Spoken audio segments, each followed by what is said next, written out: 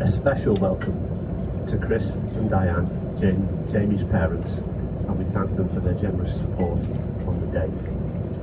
I would also like to thank other people, and if I miss anybody out, please forgive me. Laura Capper for the bunting. Well, where she was when we were hanging it from the chandeliers, I don't know. To Karen and her team from the Brookhouse Mill for the marquee, the food, and for looking after us this afternoon.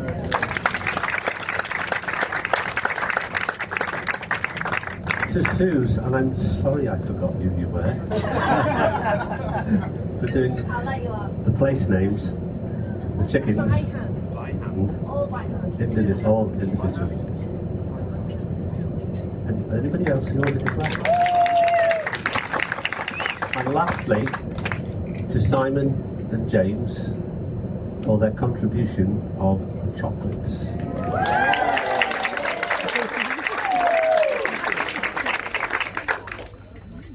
I was going to say something nice about the weather, but I'm afraid it wasn't what the doctor ordered. Now, I know some of you have travelled a long way, the length and the breadth of the country, but in fact, I must... Alan, hold it so it's facing you. And there is someone dear to me, my cousin Helen, who is Penny's godmother, and her husband David, who's come over from Sydney, Australia, just to be with us today. Now then, where's Alice? Alice? Hello. Ladies and gentlemen, Alice was 7 years old yesterday. Now I'd like you all to wet your whistles, and on 3, sing a special song. Are you ready? 1, 2, 3. Happy birthday to you. Happy birthday to you. Happy birthday, dear Alice. Happy birthday to you.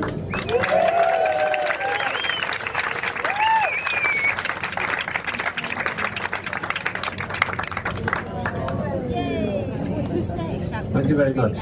That's it then, isn't it, for me? Yeah. Right, and now for one of the most important parts of a dad's life, speaking about his daughter at her wedding. Penny was born on a snowy December afternoon in St Asaph, about 10 miles from here. We thought she was cute, and still do, especially today. Looking at her now, you wouldn't believe we'd had a few worrying times with her.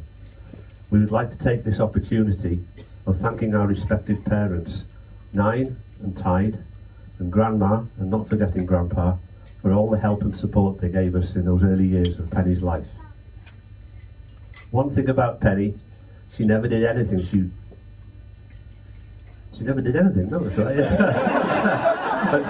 until she was ready and confident to do so. No matter how much coaxing from Mummy and Daddy. Her first unaided steps were taken when I was away from home, I believe on a student trip to Paris. She waited for me to go through the door, stood up and walked across the room, or so I was told a week later. It also took a while for Penny to ask for the stabilisers to be taken off her first two-wheel bike. I think she was about 18 at the time. Some things Penny did do early, like cut her teeth, the important things. But her first word wasn't Mummy or Daddy, it was Archie, which was the name of a Welsh mounted pony we used to look after. However, she was soon able to string sentences together. For instance, I got spit-pick on my waka-waka, which roughly translates into, I've got biscuit on my anorak. Or was she just practicing for some of the medical terminologies she would encounter in her later life? Penny was a happy baby and very well behaved. She could be taken visiting friends, sightseeing, out for meals, to the theatre. All of this setting the scene, perhaps, for her later years. She liked parties. She didn't often cry, though I do remember she didn't like the sound of sausages sizzling in the pan, and certainly let us know about it. I used to spend a lot of time with Penny when she was a baby, and I loved every minute of it. But just before Penny reached the age of 2, we moved house to Northup, and within 6 months, Penny was blessed with a baby brother, Philip. He was quite a robust baby.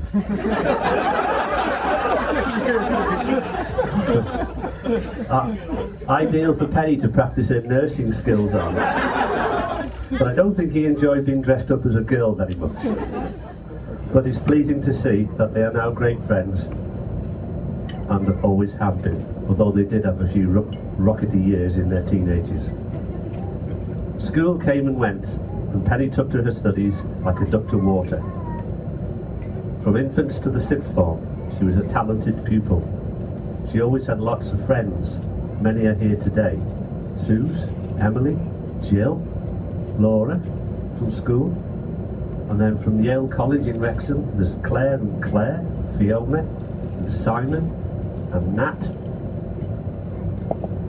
And if I miss anybody else, I apologise. Carla, Fiona. And then from Sheffield, I can see Tony, Kate, Sarah, Sarah's sister as well.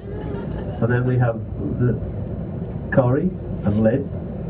And she seems to pick up friends wherever she goes, and it's very pleasing to know how they value her and how that she'll never be lonely. When she lived in Sheffield, I loved to visit her and go shopping at Christmas time. Not to mention fixing cars, moving houses, building shelves, trips to IKEA, etc. We had some good times together, as we often did on family holidays with Philip. We took them to New York to buy Penny a watch for her 18th birthday. We also went to Amsterdam for the day to celebrate one of my landmark birthdays, as well as we used to go camping regularly to France. When at medical school, Penny, ably accompanied by Lynn, visited New Zealand, Australia and Nepal.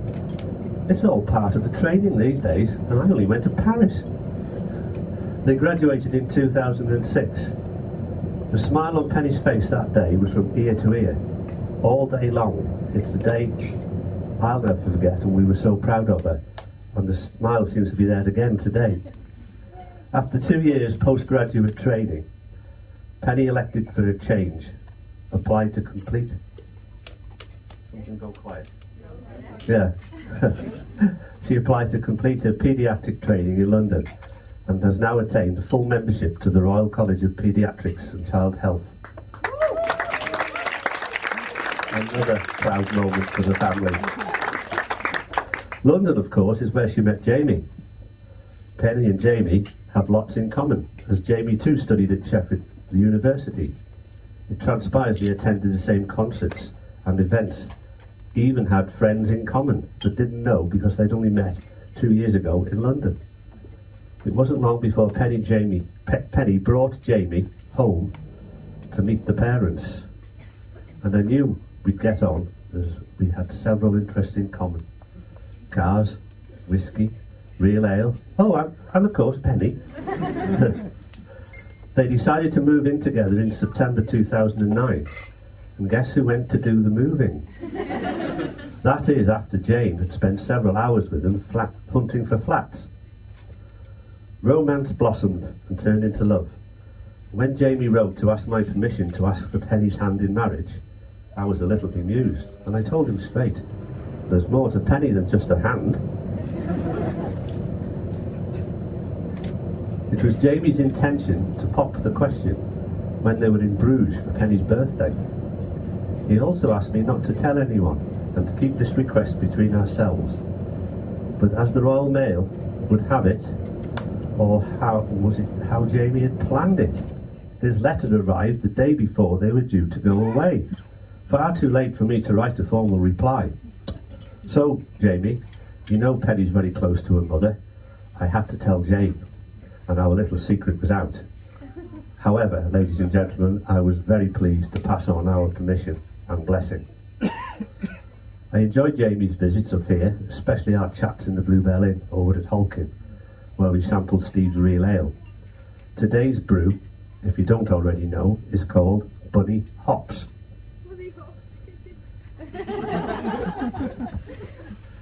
Its name comes from Bunny being a young rabbit, and hops is what you make beer from, and also what a bunny does, so we're told. But I didn't know Jamie liked football until he invited me to a recent international at the Emirates Stadium in London. Chris, Jamie's dad, and I met Penny and Jamie at the ground. They spent most of the game sleeping whilst propping each other up. So much for liking football, though I must admit it was the day after their respective stag and hen do's. Jamie, I would like to welcome you officially into our extended family, and thank you for bringing that wonderful smile back to Penny's face, as well as the one to your own. Long may such smiles continue. And in handing over and entrusting our daughter to you, can I give you these few items? Excuse me.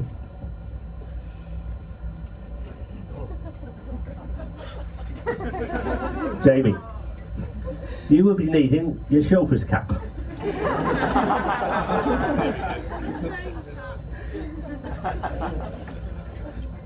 Your Vauxhall Corsa handbook.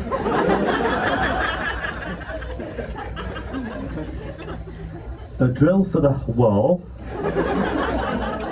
Those are to put the shelves up level with. And if nothing else, the removal man's hat.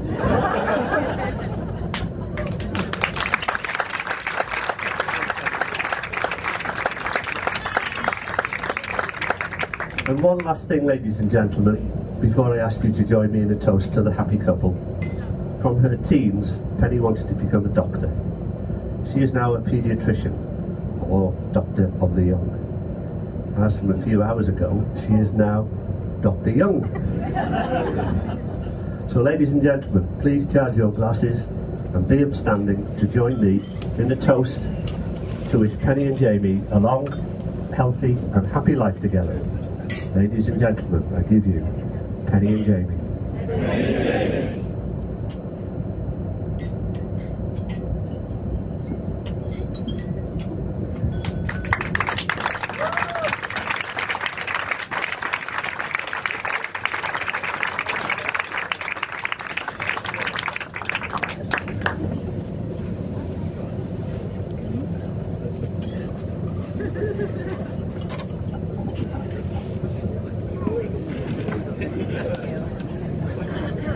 Sorry, I'm not going to play music.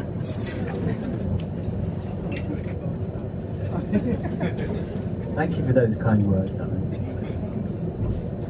I want to let you in a little secret. I'm a little bit nervous about making this speech, but I thought I would be. So I did a bit of research into making this speech. And there seemed to be a pattern that emerged that suggested pretending my audience is naked. I thought this a bit odd, but... Oh, excuse me, Rob. Would you just mind crossing your legs for me, please? Thank you. You weren't even looking at me. I'm talking.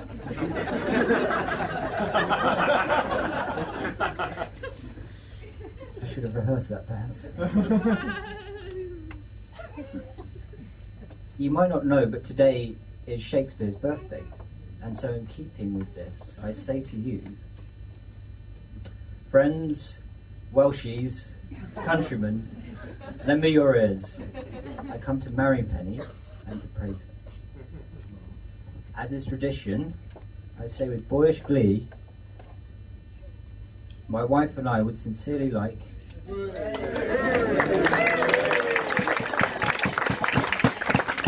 thank you all for coming here on this special day to join with us in celebrating our marriage.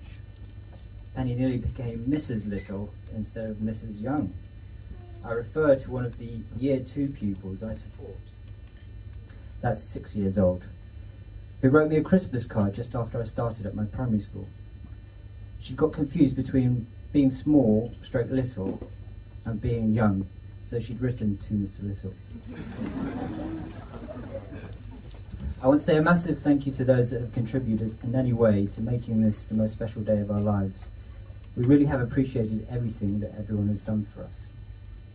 I have a number of thank yous to make, but I'll try not to turn it into a Halle Berry Oscar-winning speech. My first thank you goes to our parents. I'd like to thank you not just for financing the entire wedding, and I know it's cost a lot, but for always being there for us when we needed you the most. Your love and support has helped mould us into the people we are today. Jane, we'd like to show our appreciation for everything you've done for us. If you look in the dictionary under the word fear, you will see clearly that its definition is the first meeting with the in-laws. However, on our meeting, you made me feel so welcome, and you have ever since. I'm enormously grateful to you also for the help you've given me in trying to become a teacher. If it hadn't been for your and Penny's input, I would still be hugely unhappy in my previous career. We've got a little gift. Hello? Hello. We've got a little gift to show our appreciation to you, and I'm hoping my wingman, other wingman, is going to be here to, yeah, that's right. Thank you. Right on cue. Appreciation for what you've done.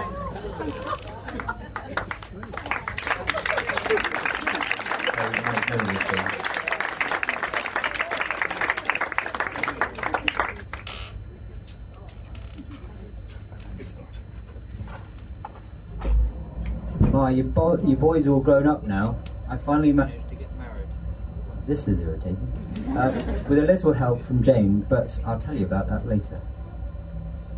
I feel you have done a great job in bringing me up. That was a joke. We wanted to give you a little something as a token of our appreciation, and I hope Penny shall have it ready.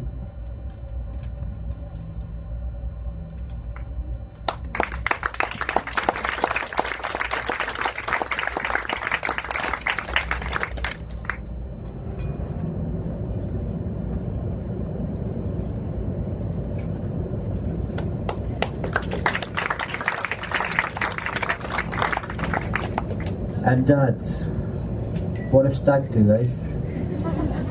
Alan, since meeting you, I've gained not only a father-in-law but a friend, and I do sincerely cherish the moments we spend of our common love of real ale.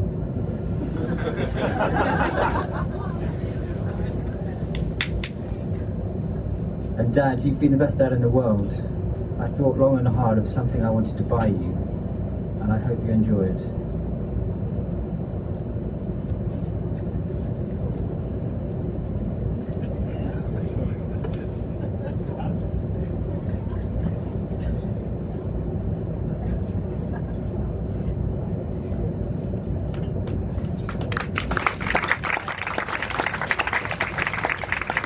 I'd like to take the opportunity to thank the bridesmaids and the ushers as well. I thought the bridesmaids looked simply stunning.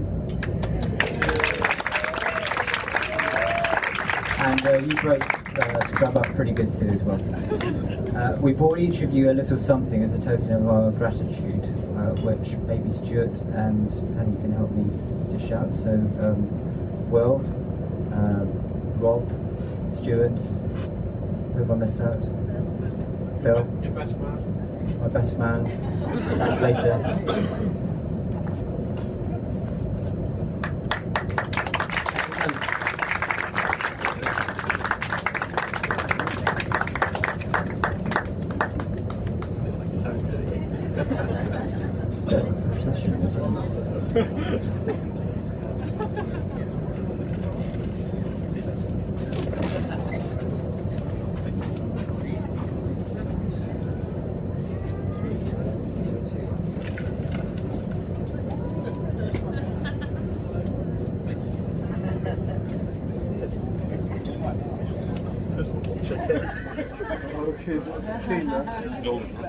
I want to mention what terrific friends both Jake and my dear friend Will have been throughout the years.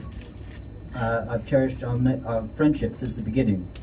I'd also like to say what a shame it is that Jake isn't able to be here today. He's actually enjoying himself on a sunny beach in Australia. So I can't feel too sorry for him. Lastly, I want to make a sincere thank you to those that attended my stag party. I know it wasn't cheap, and I had a fantastic time, even if it did involve me dressing up in women's clothing. I'm sure some of you have seen the pictures.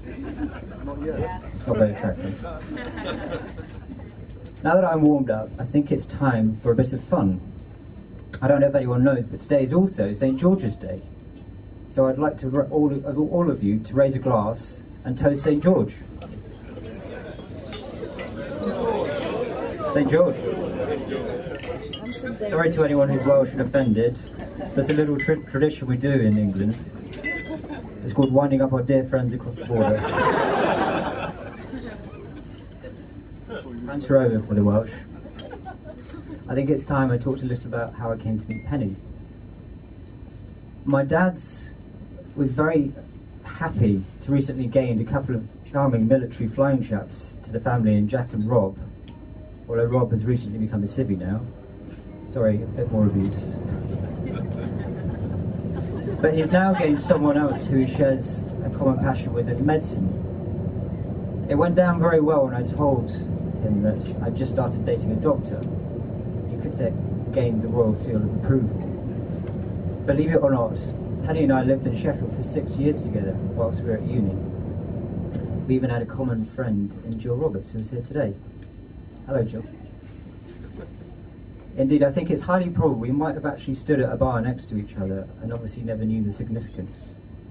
However, you've probably guessed, it wasn't university that brought us together. I met Penny in a method that's common now, but perhaps wasn't when I was acting Jack the Lad. We met via the Guardian Soulmates dating website.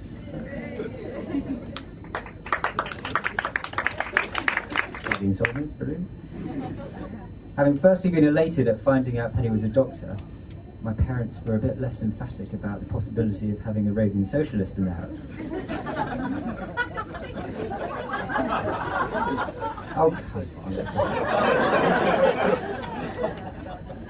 I felt more reassured when I told them it was only a moneymaker for the newspaper and it had no bearing on the political orientation of the people using the website.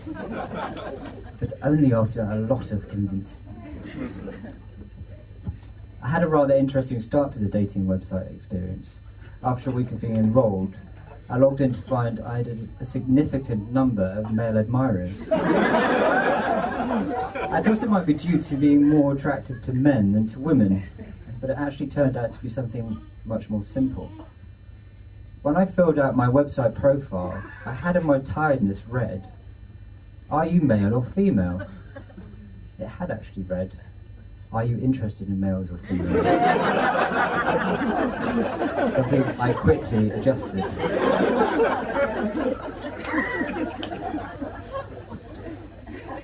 I was quite schoolboy-like when I first saw Penny's website profile.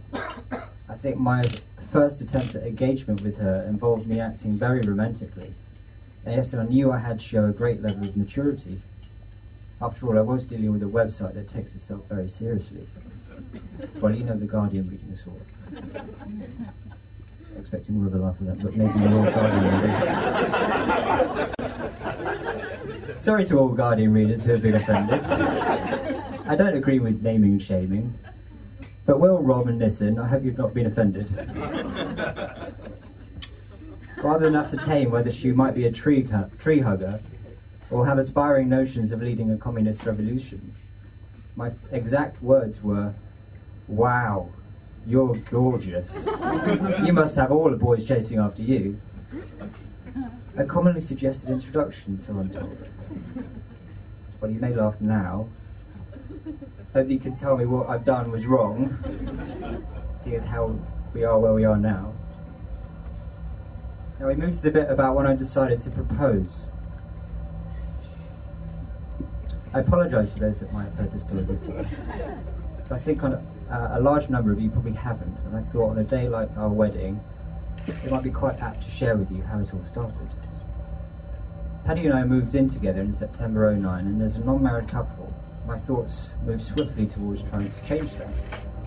I promised it had nothing to do with the strategically placed Bonham's auctioneer jewellery catalogue that was to be found on the coffee table in my mum and dad's living room whenever I was invited over. Penny kept dropping huge hints about getting married. Probably she thought the subtle approach would be a disaster.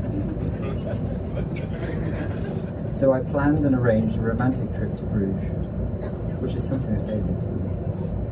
And I prayed that it would snow just to cap it off, which it did. I did what I assumed would be the difficult bits, but neglected to think of whether or not Penny would say yes. The result was a distraught Penny pulling me to one side the day before we were due to go, bawling her eyes out, something about thinking I was going to propose to her while we were in Bruges. Well, I'll be honest, it set me back a little. However, in rode my knight in shining armour, Penny's mum Jane, to the rescue. It took one phone call whilst we were in Bruges. Jane said to Penny, "Do you love him?" To which Penny said, "Yes." Then she said, "Do you want to spend the rest of your life with him?" And again came a yes from Penny. So Jane wisely stated, "Well, what's the problem then?"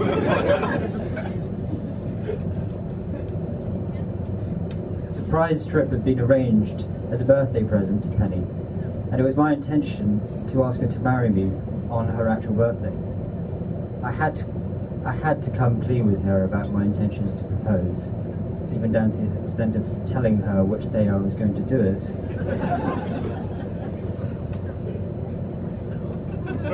This control thing.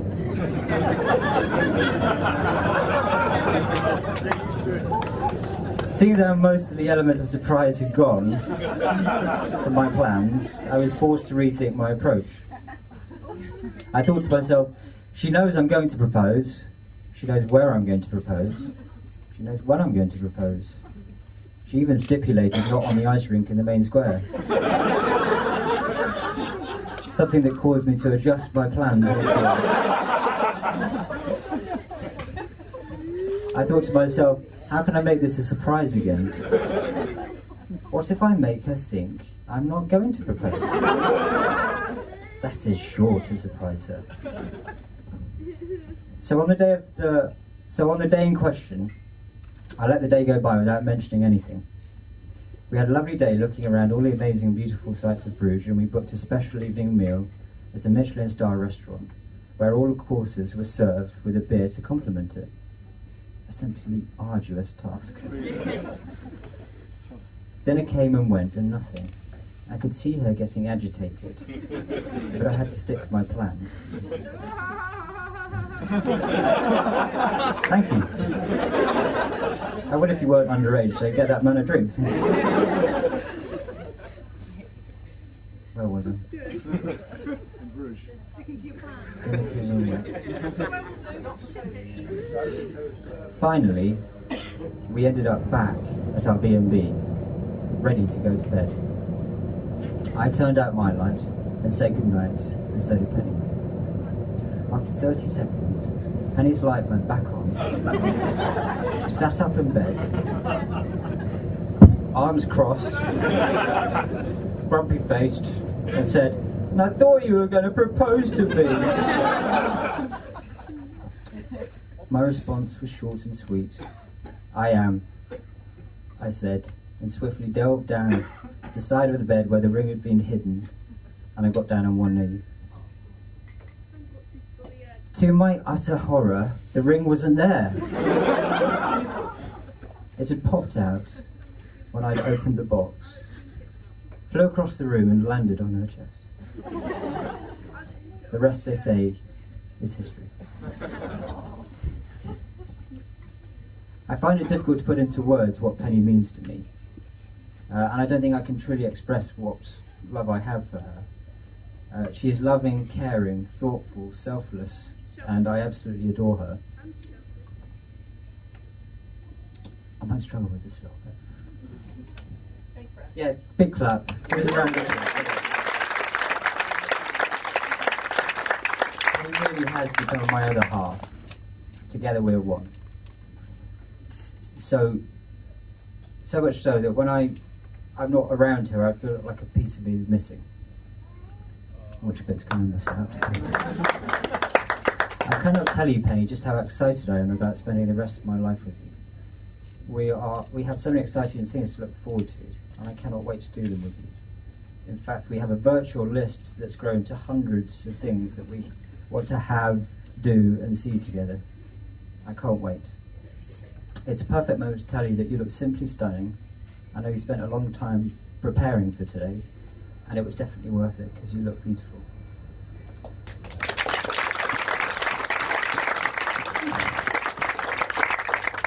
I would like, as is tradition, to ask you all to raise a glass and toast the glorious bridesmaids. They gave themselves new names last night, but I'll let them reintroduce themselves to you. The glorious bridesmaids.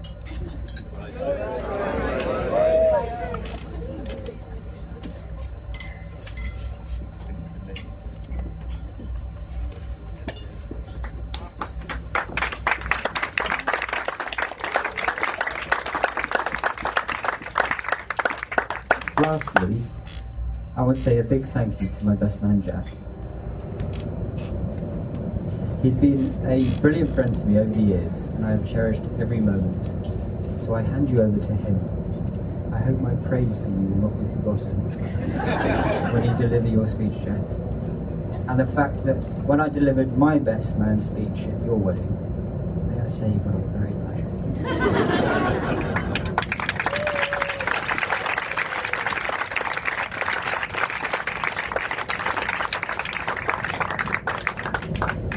Right, well, I have to say, Jamie, that I'm actually somewhat disappointed because you've totally preempted almost everything I was going to say. And in fact, you plagiarised what little I did write down. In fact, it's a bit like being back at school and used to copy my homework week in, week out. Frankly, I'm just grateful that it's the first time we've come out somewhere together and you haven't copied my outfit.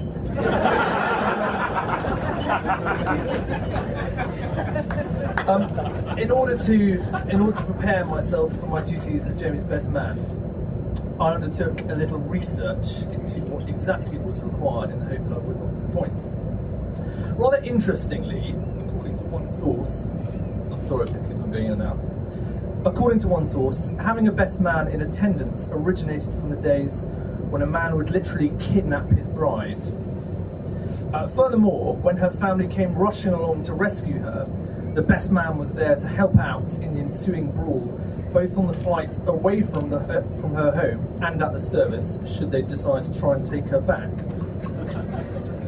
Well, I was a little excited about this, being an Anglo-Welsh wedding on St George's Day, near the English-Welsh border on Shakespeare's birthday. So I'm somewhat hoping that later on this evening, I might get to fulfil my traditional duties as a best man after all. Talking of which, if there is any Feudo-Anglo-Welsh friction brewing out there, I thought it might be apposite to try and break the ice a little.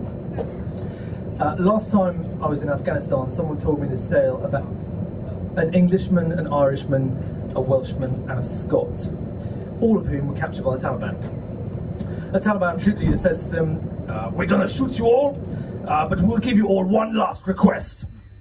You have to excuse me, I'm not going to attempt to do the accents. He turns initially to the Welshman and says, "What's your last request?" And the Welshman says to him, "Well, I would like 1,000 Welshmen singing Men of Harlech." "Okay, you've got it," he says. And he turns to the Scotsman and says, "What about you?" And the Scotsman says, "Oh, well, I'd like 1,000 Scots pipers piping Scot on the Brave." Something like that. "Okay, you've got it," says the Taliban troop leader. "What's your last request?" he says to the Irishman. Well, to be sure, I'd quite like 1,000 Irishmen doing the river dance," says Paddy. "It's yours," says the Taliban troop leader. And finally he turns to the Englishman and says, "So what about you?" And the Englishman turns around to him with a resigned look in his face and says, "Bloody well, shoot me first."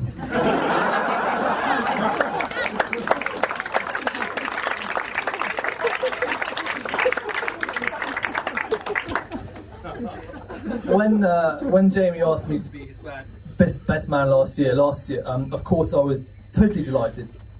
Jamie, you're my best friend, you know you are. And we always have been ever since we took that mutual disinterest in GCSE history back at school. Sat at the back of class talking like a pair of old women, constantly getting into trouble. But it only dawned on me very recently, however, how tactical your choice of best man has been. And I think it's, in the words of Blackadder, about as cunning as a fox who is the professor of cunning at Oxford University. You see, Jamie was best man at our wedding. He maintains that he gave me a relatively easy time. He's also my brother-in-law, and so I should feel a sense of loyalty. And finally, most of Jamie's misdemeanours, in some way or another, also directly incriminate me. So, I think he's tried to make a rather clever and tactical choice in the hope, as you stated yourself, that it would minimise the damage. But frankly, mate, to hell with it. If I'm going to be fighting off your in-laws later with a sword, you and I are going down together. So, Penny, I feel you ought to know one or two things about Jamie, which I'm sure you're already well aware of, but at least if we publicly declare them now, then no one can claim that you were never warned. Jamie is the kind of guy who only sees good in all people. He encapsulates that sentiment expressed by Shakespeare: love all, trust a few, dislike no one. You see, Jamie's that man who will give his heart and take people for what they are. And no episode is more true of this than the one in which you met Jamie through the Guardian dating website, which Jamie has already alluded to and stolen my story. But if you humour me, I'd appreciate it. You see, Jamie, the student pin-up of Highgate School, the eligible London student at Sheffield University, the most eligible bachelor of Islington, decided he'd had enough of being endlessly hounded by adoring, hopeful future Mrs. Youngs in person, and that he was going to try his luck online instead. But what you don't know is the hours that Jamie spent in preparation as he agonised over which particular photograph he was going to post online, which showed him in the most handsome manner. He spent months, and I mean months, working on the description of himself, which portrayed him as the most ravishing of all catches. And his chat-up lines for online chat rooms, frankly, were pure works of art.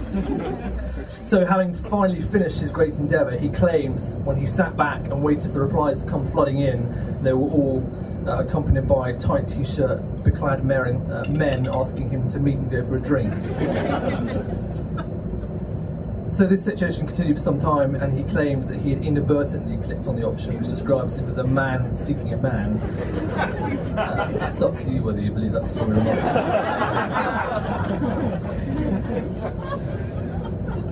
It's very Jamie. The other thing that you should know about Jamie, which he has chosen not to allude to, are about his international diplomatic skills, which are absolutely second to none and will cause you hilarity and embarrassment in equal measure on your trips abroad. This sense of diplomacy, I'm afraid, is totally hereditary, and I can remember many summer holidays spent in Spain with poor unsuspecting Spanish waiters, all treated to the "they all speak English when you shout loud enough" school of thought.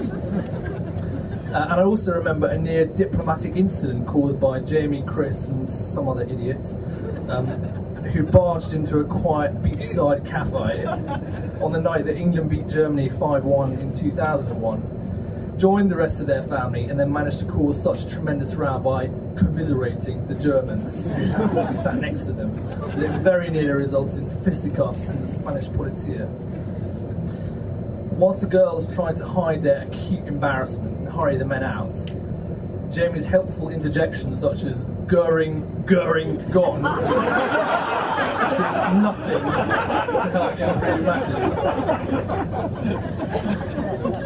In fact, Penny,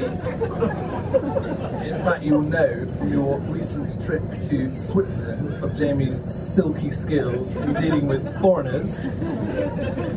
When, on attempting to cross the Swiss-French border, your husband was faced with having to pay the routine border crossing charge, felt totally outraged at this blatant act of anti-British blackmail and pronounced in a voice not terribly dissimilar to that of John Cleese in Fawlty Towers, "Is it because we are Englanders?"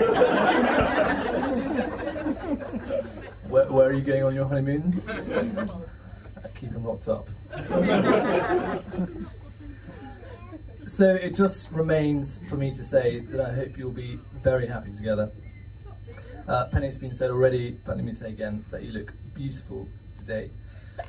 And Jamie is a lucky man to have met someone as kind, intelligent, thoughtful and caring as you, which I don't really get when I'm the best man and he gets to marry someone as gorgeous as you, but such is life.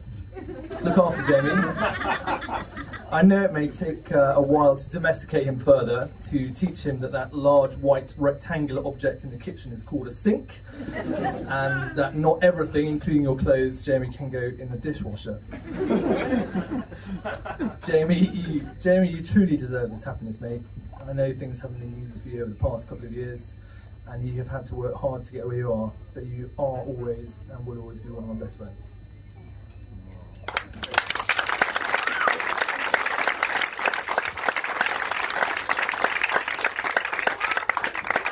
So, in closing, permit me to give you 2 pieces of advice. First of all, don't try anything in bed that you cannot pronounce.